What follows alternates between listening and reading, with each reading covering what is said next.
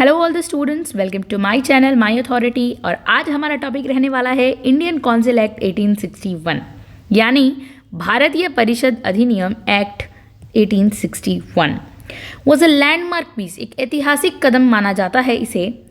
Legislation enacted by the British parliament to reform the governance of India. Bharat के शासन के हम देखेंगे शासन में सुधार लाने के लिए ये एक अच्छा कदम उठाया गया था ब्रिटिश पार्लियामेंट के द्वारा रिफॉर्म लाने के लिए, which was under direct British rule. जो किसके अंडर में था? डायरेक्टली ब्रिटिश रूल के अंडर में था। After the government act of India 1858। 1858 का हम गवर्नमेंट ऑफ इंडिया एक्ट देखते हैं, उसके बाद जो आया था वो ये एक्ट था 1861 का।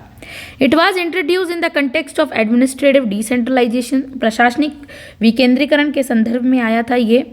And aimed at including Indian participation, ताकि भागीदारी हो सके, किसकी? भारतीय लोगों की भागीदारी हो सके इसमें। इन लेजिस्लेटिव प्रोसेस जो विच इज़ रिलेटेड विद विधायी, विच इज़ रिलेटेड विद कानून बनाने की प्रक्रियाओं के रिलेटेड उनमें इंडियंस की पार्टिसिपेट हो सके, एल्बेट इन अ लिमिटेड मैनर, और सीमित सरकार के रूप में भारतीयों की पार्टिसिपेशन हो सके।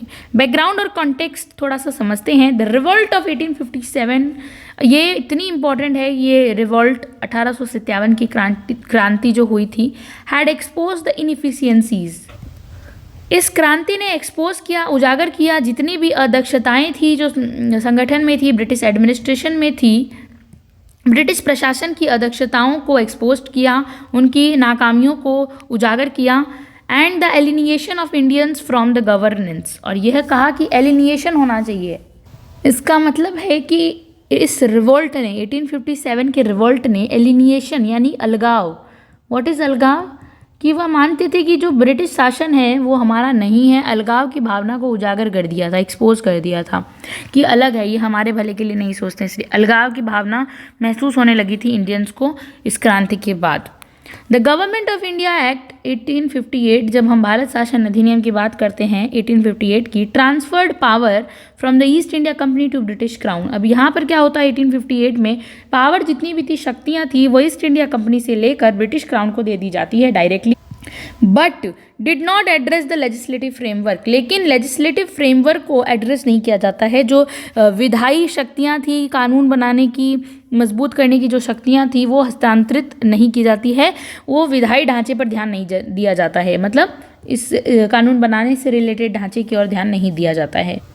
The British sought to introduce Indians in governance. अब जो ब्रिटिशर्स थे उन्होंने अपने शासन को और भी ज़्यादा मजबूत करने के लिए क्या किया था? इंडियंस इन गवर्नेंस, भारतीयों को शामिल करने की कोशिश की थी। डिसेंट्रलाइज एडमिनिस्ट्रेशन, अपने एडमिनिस्ट्रेशन को हस्तांतरित करना यानी पावर्स डिस्ट्रीब्यूट करना लोकल्स अथॉरिटीज़ में, प्रशासन को डिसेंट्रलाइज किया। एंड स्ट्रेंथन एग्जीक्यूटिव, कार्यपालिका को और मजबूत किया। कंट्रोल टू इंश्योर स्टेबिलिटी, ताकि उनकी जो स्टेबिलिटी है वो बनी रहे। ब्रिटिश चाहती थी हमारी जो स्थिरता है वो बनी रहे, इससे हम थोड़ा सा भारतीयों को गवर्नेंस में शामिल करेंगे, डिसेंट्रलाइज करेंगे एडमिनिस्ट्रेशन का, और अपनी एग्जीक्यूटिव पावर्स को मजबूत करेंगे। अब हम कुछ की फीचर्स देखते हैं। Key features of Indian council act 1861, reorganisation of the executive councils of the governor general. अब हम देखते हैं कि यहाँ पे गवर्नर जनरल को फिर से रीऑर्गेनाइज किया गया। कॉन्स्टिट्यूएंट यानी कि काउंसिल जो थी, जो एग्जीक्यूटिव काउंसिल थी, जो गवर्नर जनरल की कार्यकारी परिषद का फिर से गठन किया गया, पुनर्गठन करना, ठीक है, रीऑर्गेनाइज करना उसे। The governor generals executive council like today's cabinet, आज की हम कैबिनेट देखते हैं वैसी होती थी वहाँ उस समय की काउंसिल्स, वॉज एक्सपेंडेड, उसे बढ़ाया गया। इट इंक्लूड 5 ऑर्डिनरी मेंबर, और इसमें 5 ऑर्डिनरी मेंबर्स को शामिल किया गया। कौन कौन से ordinary member? Law related, finance related, home यानी कानूनों से रिलेटेड, पैसों से related, with money, okay, money, home गृह से रिलेटेड, मिलिट्री सेना से रिलेटेड, रेवेन्यू से related, revenue department it's mean which is related to राजस्व। For the first time Indians were allowed to be nominated. अब पहली बार इंडियंस को अलाउड किया कि वो भी नॉमिनेटेड हो सकते हैं, उनका भी नाम आएगा as a non official members. Non official का मतलब, यानी कि नॉन ऑफिशियल का मतलब होता है गैर आधिकारिक तौर पर, गैर आधिकारिक, इनके पास कोई अधिकार नहीं है, गैर आधिकारिक तौर पर पार्टिसिपेट कर सकते हैं, बहुत लिमिटेड मैनर में, हल्के रूप में, ज़्यादा नहीं। Expansion of the legislative council, अब हम देखते हैं जो विधान परिषद है उसका विस्तार होता है, एक्सपेंशन होता है, वो एक्सपेंड होती है। The act provided for additional members, act कहता है कि आपको एडिशनल मेंबर्स को इंक्लूड करना है between 6 to 12 in the legislative council. अब लेजिस्लेटिव काउंसिल के अंदर इस एक्ट को प्रोवाइड किया गया कि अब 6 मेंबर्स को इंक्लूड करना है, 6 से 12 मेंबर्स को विधान परिषद में। These members were a mix of official and non officials, और ये जो मेंबर्स थे वो मिक्स थे, कुछ सरकारी थे, कुछ गैर सरकारी थे, गैर आधिकारिक थे, इंक्लूडिंग इंडियन रिप्रेजेंटेटिव, और इसके साथ इंडियन रिप्रेजेंटेटिव्स को भी इंक्लूड किया गया। However the role of legislative council, जो लेजिस्लेटिव काउंसिल का रोल था वॉज ओनली एडवाइजरी, सिर्फ सलाह देना था। विधान परिषद का रोल क्या था? सिर्फ सलाह देना, नॉट कानून बनाना, नॉट विधान। एक्चुअल में लेजिस्लेटिव काउंसिल का रोल लेजिस्लेटिव ही नहीं था। इंट्रोडक्शन ऑफ इंडियन रिप्रेजेंटेशन, यानी इंडियन रिप्रेजेंटेशन, भारतीय प्रतिनिधित्व को इंट्रोड्यूस करवाना कि अब भारतीय लोग प्रतिनिधित्व कर सकते हैं। The governor general was empowered to nominate Indians to the control, जो गवर्नर जनरल था वो एम्पावर्ड, और उसे एम्पावर्ड कर दिया गया टू नॉमिनेट, कि वो अब नॉमिनेट कर सकता है भारतीयों को टू द काउंसिल, काउंसिल के अंदर नामांकित कर सकता है परिषद के अंदर। गवर्नर जनरल को ये अधिकार दिया गया। Raja of Banaras, like Raja of Banaras, Maharaja of Patiala and sir Dinkar Rao, Raja of Banaras and Maharaja of Patiala were among the first Indian members nominated, और ये 3 मेंबर्स जो थे फर्स्ट इंडियन मैन थे जो नॉमिनेटेड हुए थे। However they were included only for consultation, लेकिन फिर भी उन्हें सिर्फ कंसल्ट के लिए, सलाह के लिए इसी तरह से ऐड किया गया था। And had no real power, उनके पास एज सच कोई विधायी शक्तियाँ नहीं थी, उन्हें एज सच कोई रियल पावर नहीं दी गई, सिर्फ कंसल्टेशन, सलाह के लिए उन्हें रखा गया। डिसेंट्रलाइजेशन ऑफ एडमिनिस्ट्रेशन की बात हम करते हैं जब प्रशासन का विकेंद्रीकरण होता है। The act allowed for the restoration, जो ये एक्ट है वो अलाउड करता है restoration of legislative powers to the provinces. जो 1861 का एक्ट आया था, इसने प्रांतों को, जितने भी प्रोविंसेस थे उन्हें विधायी शक्तियाँ, रेस्टोरेशन पावर दी, विधायी शक्तियों को बहाल करने की शक्ति प्रदान की थी। ठीक है। बॉम्बे एंड मद्रास, ये जो इंपॉर्टेंट 2 प्रेसिडेंसीज थे, बॉम्बे और Madras were given separate legislative councils, इन्हें अपनी 2 अलग लेजिस्लेटिव काउंसिल, कार्यकारिणी जो हम कहते हैं परिषद होती है, विधान परिषद जो दी थी टू मेक लोकल लॉज, ताकि ये अपने क्षेत्र के लोकल लॉज बना सके, अपने कानून बना सके। Later the same provisions was extended to other provinces, और बाद में सेम टू सेम जैसे बॉम्बे और मद्रास को दी गई थी वैसे ही कुछ जो प्रोविंसेस थे, जो किस बाद में बंगाल को, नॉर्थ वेस्टर्न प्रोविंसेस, इन्हें प्रोवाइड करवाया गया था। हम बात करते हैं फिर हम बात करते हैं governor generals rule making authority, जो गवर्नर जनरल का नियम निर्माण अधिकार होता है कि गवर्नर जनरल जो है वो रूल बना सकता है, उसकी सत्ता जो होती है वो क्या होती है? The governor general had the power to veto laws passed by the legislative council, यानी उसके पास एक वीटो पावर होती है गवर्नर जनरल के पास, उससे वीटो लगाने का अधिकार होता है, पारित कानूनों पर वीटो लगाना। ठीक है, जो आज हम देखते हैं प्रेसिडेंट के पास होती है वीटो पावर। ओके, इस टाइम गवर्नर जनरल के पास वीटो पावर थी किसी भी पास्ड काउंसिल और एक्ट के ऊपर। He could promulgate ordinances in case of emergencies without consulting legislative council, वो जो है आपातकाल जो समय होता है, इमरजेंसी का समय होता है, उस स्थिति के अंदर विधान परिषद से परामर्श बिना किए, यानी उसे विधान परिषद से परामर्श करने की, कंसल्ट करने की कोई ज़रूरत नहीं थी, ऐसी उसके पास पावर थी, वो अध्यादेश जारी कर सकता था। ऑर्डिनेंस का मतलब होता है अध्यादेश जारी करना, प्रोमलगेट ऑर्डिनेंस जारी कर सकता है, ये उसके पास अधिकार था। Strengthening of British control, British नियंत्रण को और मजबूत करना, इस एक्ट में हम देखते हैं। The secretary of state of India, जो भारत के सचिव है, भारत का सचिव इन लंदन के अंदर, यानी in London, retained ultimate control, उसने अपना जो नियंत्रण है, कंट्रोल है, वो बरकरार रखा। द एक्ट एम्ड, ये जो एक्ट था, ये अधिनियम का उद्देश्य क्या था? Act aimed at administrative efficiency, यानी उसका था प्रशासन के अंदर दक्षता लेकर आना, रेदर देन डेमोक्रेटाइजेशन, यानी लोकतंत्रीकरण के बजाय क्या लेकर आना? एडमिनिस्ट्रेशन में एफिशिएंसी लेकर आना, ना कि लोकतांत्रिकरण को बढ़ावा देना। इस एम का उद्देश्य क्या था? Legislative councils could only discuss laws, जो विधान परिषदें थी वे केवल कानून पर, जो ओनली कुड लॉज पर जो डिस्कस कर सकती थी, चर्चा कर सकती थी, उन्हें लागू नहीं कर सकती, नॉट इन्फोर्स दैम। ठीक है, सिग्निफिकेंस ऑफ द एक्ट, अब इस एक्ट के कुछ सिग्निफिकेंस थे, वो क्या क्या थे? बिगिनिंग ऑफ इंडियन पार्टिसिपेशन, यहाँ से हम देखते हैं इंडियंस की पार्टिसिपेशन स्टार्ट हो जाती है थ्रू लिमिटेड, यानी कि कम ही होती है, ज़्यादा नहीं होती है। It mark the first time Indian were included in governance, लेकिन यह पहला समय था जिसमें इंडियंस ने पार्टिसिपेट किया गवर्नेंस के अंदर, शासन के अंदर। डिसेंट्रलाइजेशन देखते हैं, विकेंद्रीकरण, इससे it sets the precedent for provincial autonomy, इसने प्रांतीय स्वायत्तता के लिए मिसाल कायम की थी। Later expanded in the acts of 1892 and 1909 में हम देखेंगे कि किस तरह से बाद में ये और डिसेंट्रलाइजेशन और वृद्धि करता है और एक्सपेंड होता है। फिर रिवाइवल ऑफ लेजिस्लेटिव फंक्शंस, इसका मतलब विधायी कार्यों का पुनरुद्धार, रिवाइवल होना, राइट। रिवाइवल यानी होता है पुनरुद्धार होना, जो भी which is related to the legislative, विधायी कार्य, विधायी फंक्शंस।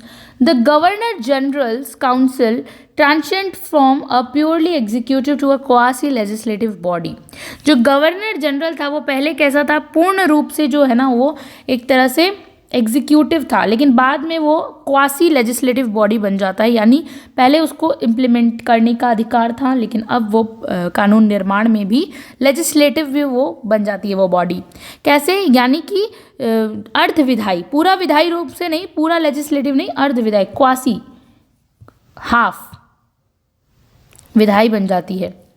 स्ट्रॉन्गर एग्जीक्यूटिव कंट्रोल देखने को मिलता है। It gave the British government more flexibility, अब ब्रिटिश गवर्नमेंट को, ब्रिटिश शासन को और फ्लेक्सिबल बनाता है ये, फ्लेक्सिबल इन रनिंग इंडिया, ताकि भारत को चलाया जा सके। इंश्योरिंग स्टेबिलिटी आफ्टर 1857, ताकि क्रांति में स्टेबिलिटी आ सके, जो 1857 की रिवॉल्ट हुआ था उसके बाद शांति लाने के लिए इसे और अच्छे से कार्यकारी प्रणाली को मजबूत किया गया, उस पर नियंत्रण रखा गया। ड्रॉबैक्स देखते हैं इस एक्ट के, क्या ड्रॉबैक्स हैं? Drawbacks of Indian council act 1861, lack of real powers for Indians के पास वास्तविक शक्तियों का अभाव था भारतीयों में। The nominated Indian members had no actual legislative power, क्योंकि वो सिर्फ नॉमिनेटेड थे, उनके पास एज सच कोई पावर्स नहीं थी। Their inclusion was mostly symbolic, उनका जो उसमें समावेशीकरण हम कह सकते हैं ना कि हाँ वो सम्मिलित थे, वो बस एक सिंबॉलिक था, नाम मात्र का था। एक कहते ना कि हम एक सिंबल के रूप में वो थे कि हाँ इंडियंस हैं भाई। टू क्रिएट एन इल्यूजन, एक इल्यूजन बनाने के लिए, ऑफ रिप्रेजेंटेशन, प्रतिनिधित्वता का एक झांसा सा देना कि आप हो। Legislative councils powers was limited, उनकी जो विधायी जो शक्तियाँ थी वो लिमिटेड थी। लेजिस्लेटिव काउंसिल, विधान परिषद की जो शक्तियाँ थी वो बहुत ही ज़्यादा क्या थी? सीमित थी, लिमिटेड थी। It could not frame independent laws, वो अपने खुद के इंडिपेंडेंट कानून नहीं बना सकती थी। और क्वेश्चन एग्जीक्यूटिव डिसीजंस, जो क्वेश्चंस बिल्कुल नहीं कर सकती थी लेजिस्लेटिव, जो डिसीजन एग्जीक्यूटिव्स ने ले लिया उसे मानना पड़ेगा। तो यहाँ पे हम देख सकते हैं limited power of legislative council. The governor general had absolute veto power, अब गवर्नर जनरल के पास एब्सोल्यूट वीटो पावर था, पास्ट रूल्स को, पास्ट प्रपोजल्स को रोकने का, वीटो लगाने का पावर था। कंटिन्यूड ब्रिटिश कंट्रोल चलता रहा। The British parliament and secretary of state, जो सचिव था भारत और ब्रिटिश की संसद थी, for India held supreme authority, अपने इंजॉय कर रहे थे supreme authority. The governor general could override का मतलब क्या होता है? बहुत इंजॉय कर रहा था the legislative council decisions, override कर रहा था, मतलब एक तरह से कह सकते हैं उसे इग्नोर कर रहा था, राइट, एज अ इग्नोर कर रहा था लेजिस्लेटिव काउंसिल्स के डिसीजन को, क्योंकि इसके पास वीटो पावर्स थी। ब्यूरोक्रेटिक नेचर देखते हैं, नौकरशाहीकरण क्या था। द एक्ट ऑफ 1861 हम नहीं बोलेंगे, हम अलग अलग एक्ट के बारे में डिस्कशन कर रहे हैं। The act of focused more on administrative efficiency, प्रशासनिक दक्षता पर जोर देना, rather than democratic representation. Democratic representation का मतलब होता है लोकतंत्री प्रतिनिधित्व को रिप्रेजेंट नहीं कर रहे थे, एडमिनिस्ट्रेटिव एफिशिएंसी को प्रेजेंट कर रहे थे। लेजिस्लेटिव मेंबर्स वर अपॉइंटेड रेदर देन इलेक्टेड, जो विधानमंडल के सदस्य थे उन्हें क्या किया जाता था? इलेक्ट नहीं किया जाता था, निर्वाचित नहीं किया जाता था, उन्हें सिर्फ अपॉइंट कर दिया जाता था। उन्हें क्या किया जाता था, नियुक्त किया जाता था। Keeping power concentrated in British hands, ताकि जितनी भी पावर्स है वो ब्रिटिशर्स के हाथों में ही बनी रहे, हैंड्स में बनी रहे। अपॉइंट करते थे तो उनकी मर्जी, उनके प्रसाद पर्यंत वो चाहते थे, ब्रिटिश चाहते थे हम उन्हें अपॉइंट करें, ना कि इलेक्ट किया जाए। ठीक है, वो सारी शक्ति अपने हाथों में रखना चाहते थे। इनफेक्टिव प्रोविंशियल काउंसिल्स, अप्रभावी प्रांतीय परिषदें देखते हैं। दो legislative council were created for Bombay and Madras, जो लेजिस्लेटिव काउंसिल बनाई गई थी, विधानसभाएं बनाई गई थी, विधान परिषद बनाई गई थी बॉम्बे प्रेसिडेंसीज और मद्रास के लिए। They had no independent authority, उनके पास कोई अथॉरिटी नहीं थी इंडिपेंडेंट, वो स्वतंत्र रूप से काम नहीं कर रही थी, वो बस इनफेक्टिव थी, इफेक्टिव नहीं थी, इनफेक्टिव थी। ठीक है, अप्रभाव, उनका कोई प्रभाव ही नहीं था, इंडिपेंडेंट जो नहीं थी।